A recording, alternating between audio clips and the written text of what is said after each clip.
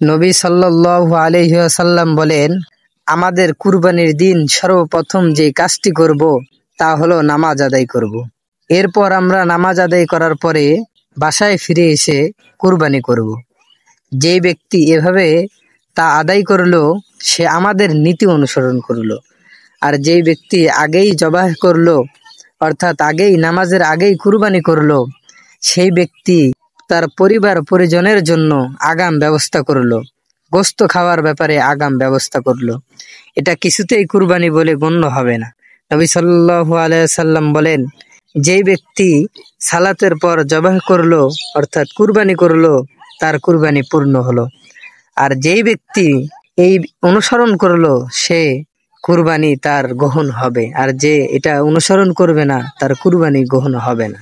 নবী সাল্লাল্লাহু আলাইহি ওয়াসাল্লাম আরো বলেন যে কুরবানি পশুর কিনার ব্যাপারে 4টা বিষয় লক্ষ্য করবে। 1 নম্বর হলো ন্যাংরা, যার ন্যাংরামি স্পষ্ট এমন বস্তু থেকে তোমরা বিরত থাকবে। 2 নাম্বার এমন বস্তু যে বস্তুর কানা অর্থাৎ যার কানামি স্পষ্ট এমন বস্তু থেকেও তোমরা বিরত থাকবে।